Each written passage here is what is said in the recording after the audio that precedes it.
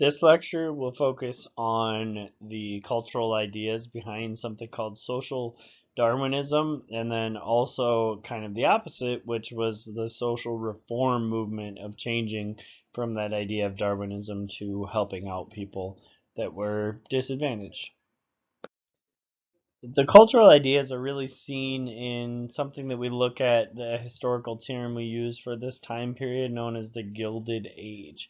And the Gilded Age was, it came from a Mark Twain book called The Gilded Age, A Tale of Today, and historians later took it and talked about it. But some really amazing things were happening during this time that we talked about in the last unit and this unit, with all these inventions and electricity and cities starting to grow, and we've got these giant mansions being built by the rich people. We have skyscrapers being built, and it really was an amazing time in American history where so much was getting so much better.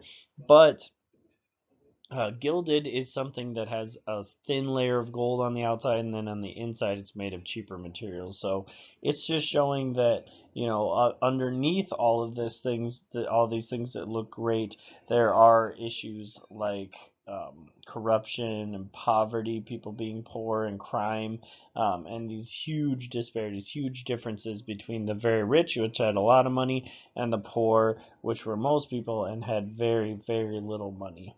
And so we're not, I mean, it's hard to say whether this was some great time when everything was wonderful or whether it was a gilded age. Most historians agree it was gilded, but that's what they're talking about there. Regardless, there were a lot of ideas that kind of push you towards this idea that anybody can make it and anybody can become rich. And one of those that's still strong today is Americans have had this idea of individualism. Individualism says that people can rise in society and go as far as their talents and hard work can take them. So if you're willing to work hard and you have talent, you're good, and you do these things, you can become as rich as anybody in America. There is no limitation. It doesn't matter who you are when you start your life, you can become rich and powerful if you can work hard enough and have the talent to do it. Or something that encapsulated them very well during the Gilded Age were these very popular books by Horatio Alger.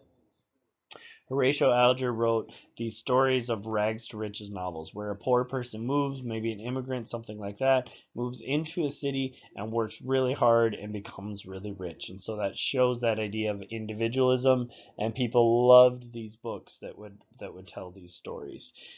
I think because they saw themselves in it and really wanted that to happen to them. So, another thing that we'll talk about here is social Darwinism. Social Darwinism is this idea. Darwinism again is like survival of the fittest. If you have a good adaptation, you're gonna survive, and the person next to you might not. That has some malady, something different. Okay, and so social Darwinism is the idea that survival of the fittest, except for what that means is that the best people become rich. And so if you're rich, that means you're one of the best people. You have the most talent. You're willing to work the hardest. All right. And so a lot of people believed in this idea, and that's why they said laissez-faire is important. The government needs to keep their hands out of it. The best people will be running the country and running the businesses if we just keep our hands out of it and let them do that.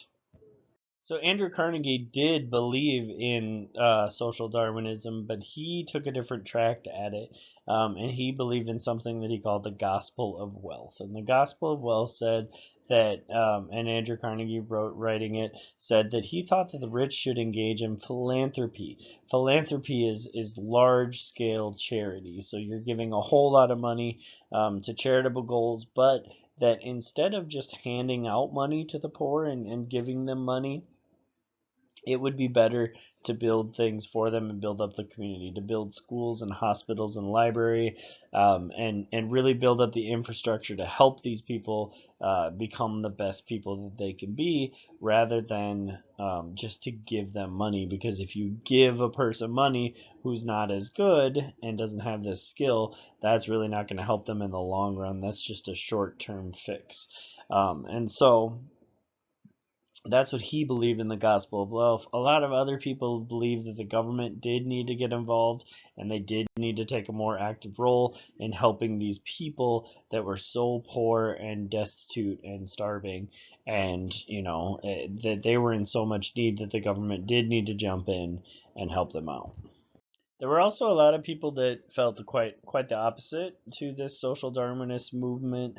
Some people believe that laissez-faire was, instead of making better, was actually making society worse, because it was creating this larger and larger gap between the very, very rich few people that had a whole lot of money and the poor that had nothing but were most of the people. And so it was really creating this scenario where they started to dislike each other and have disdain for each other, and the working class was angry and felt that they were completely different than the rich people, and so that was kind of a bad thing.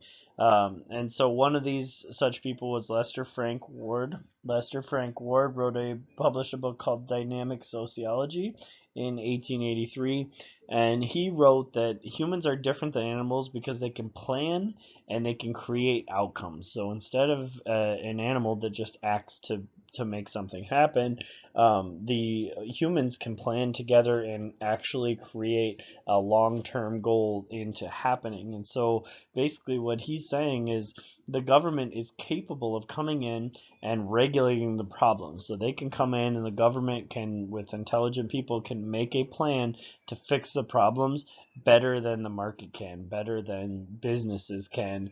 That it's possible for actual humans to come in, for the government, actual humans to come in and make a plan to improve other people's lives.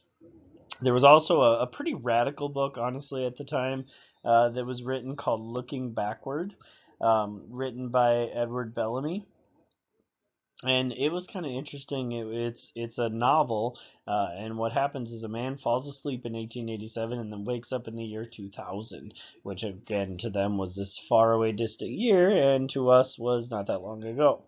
And he wakes up in 2000 to this perfect society that is run entirely by the government. Now, again, was a really radical idea. This is kind of bordering on socialism, but it kind of shows you that there were these ideas that were fighting against social Darwinism. There was another kind of look in literature in particular, and in some of the types of books that you've read, like Jack London books and about the Alaska wilderness and some other things, where it was a style of writing that showed that no matter what you do, sometimes people just fail because they were caught up in circumstances that they can't control. So basically, it's not social Darwinism where the rich people are the people that are best, but sometimes the rich people are just the people that had the best circumstances. And so it's circumstances are just as important as your talent and ability and desire to work hard. Take a moment to write out the answer to checkpoint number 1. So at this point, people started to try to reach out and have a little more charity happening in their lives and in the areas to try to help society. They wanted society to start to be run better. And so we saw a lot of this happening in religion, in Christian organizations. There was this idea that was out there from a lot of different churches and things like that called the social gospel. And the social gospel is just using the Bible's ideas of charity and justice to jump out there, use charity, fight for justice, and to make city conditions better. And so a lot of churches in this time were out there trying to raise money for the poor and feed them and things like that, but also just building gyms and child care programs and social programs that would allow people to work or to do any types of their jobs that they can, without having to worry about some of these child care and social issues, because the church would step in and do their part to take care of that. And so a lot of churches were building these things and doing that, as well as some big Christian organizations being created at this time. The Salvation Army, which you probably have heard of, is they were providing aid and counseling to the poor. So counseling to try and help them become better people mentally, as well as aid to give them that financial support that they needed. At about the same time, the Young Men's Christian Association, which a lot of you know about, it's now known as the YMCA. They got together, created some different gyms as well as housing areas, and they specialized in Bible studies. So again, this Christian idea, as well as citizenship training, just how can you be a better person, group activities like sports and things like that in gyms, as well as low-cost housing where people could come and stay if they were struggling. So these are some examples of Christian organizations that were built under the idea of the social gospel. Another way that people were being served was through something called settlement houses. Settlement houses are these institutions, these big houses, almost think of them like college campuses, but just small college campuses in poor neighborhoods, these mostly immigrant neighborhoods that provided community services. So they would teach you different skills as well as maybe provide health care or provide child care or different things like that. Things that the people needed, they would help them out with, whether it was community education to help to know the language or job applications or whatever kinds of things that they needed. Oftentimes these were run by women, oftentimes by college educated women, so people that were pretty well off. And these idealistic people would come in and they would live in these neighborhoods that were not quote unquote good neighborhoods, and they would provide those services to people. Jane Addams is one such woman. She's right here. Okay, Jane Addams opened one of the most famous settlement houses that we almost always learn about in history class, called the Hull House in a poor neighborhood in Chicago. At the same time, public education was starting to expand, and the reason that public education was expanding and becoming more important is because with these cities, they needed workers in the factories, and really what they needed was more educated workers, more workers that knew how to learn and were able to do more things, read English, different things like that.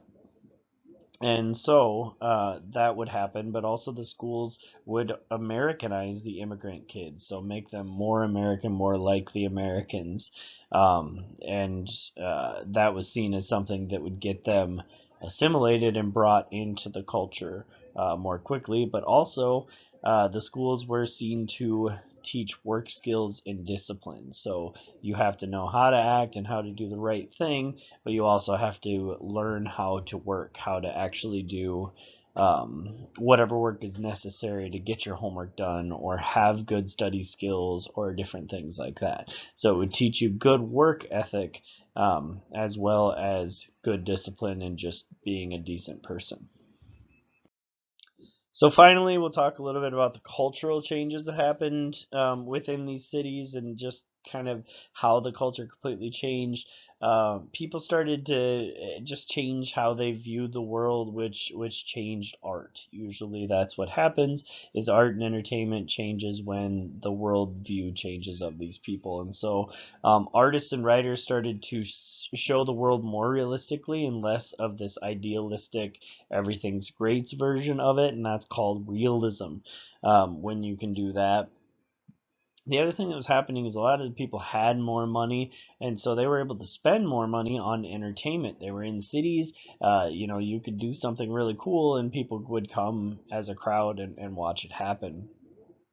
And so in these cities, saloons started to become really important places. A saloon is kind of like a bar, right? It became this important place with drinks, obviously, it's a bar, but it also had free toilets, which weren't always common everywhere. And they would provide free water for your horses. And so it would be a place to stop where you could socialize and also get the benefit of using the restroom and watering your horses. Amusement parks were also being built at this time and becoming pretty popular. They had water slides and railroad rides. So a railroad ride would be kind of like an early roller coaster. And so, that was for kids and for thrill seekers. Could use that as kind of their entertainment. Sports were starting to grow. Professional and college sports were growing with football and soccer, baseball. All of these things were starting to grow. And the game of basketball was invented at this time too, invented by this man, James Naismith, who ran a gym and couldn't figure out an indoor activity, but had these old soccer balls and had some peach baskets and hung the peach baskets on the wall, and they would shoot the soccer balls to try to get them through the peach baskets, which was kind of the invention of basketball. So James Naismith was the person who did that. Also, music and vaudeville theater became very popular at this time. So you're seeing all of these different entertainment options starting to open up more and more for the people in the cities, as they have more money and opportunity and time to be able to spend on their entertainment, and not just out in the farms like the people we talked about before, trying to survive on a daily basis. All right, please write out 3 questions that you have from the notes so far. If you don't have any questions, then you can create 3 test questions that you might see on a quiz or a test from this material.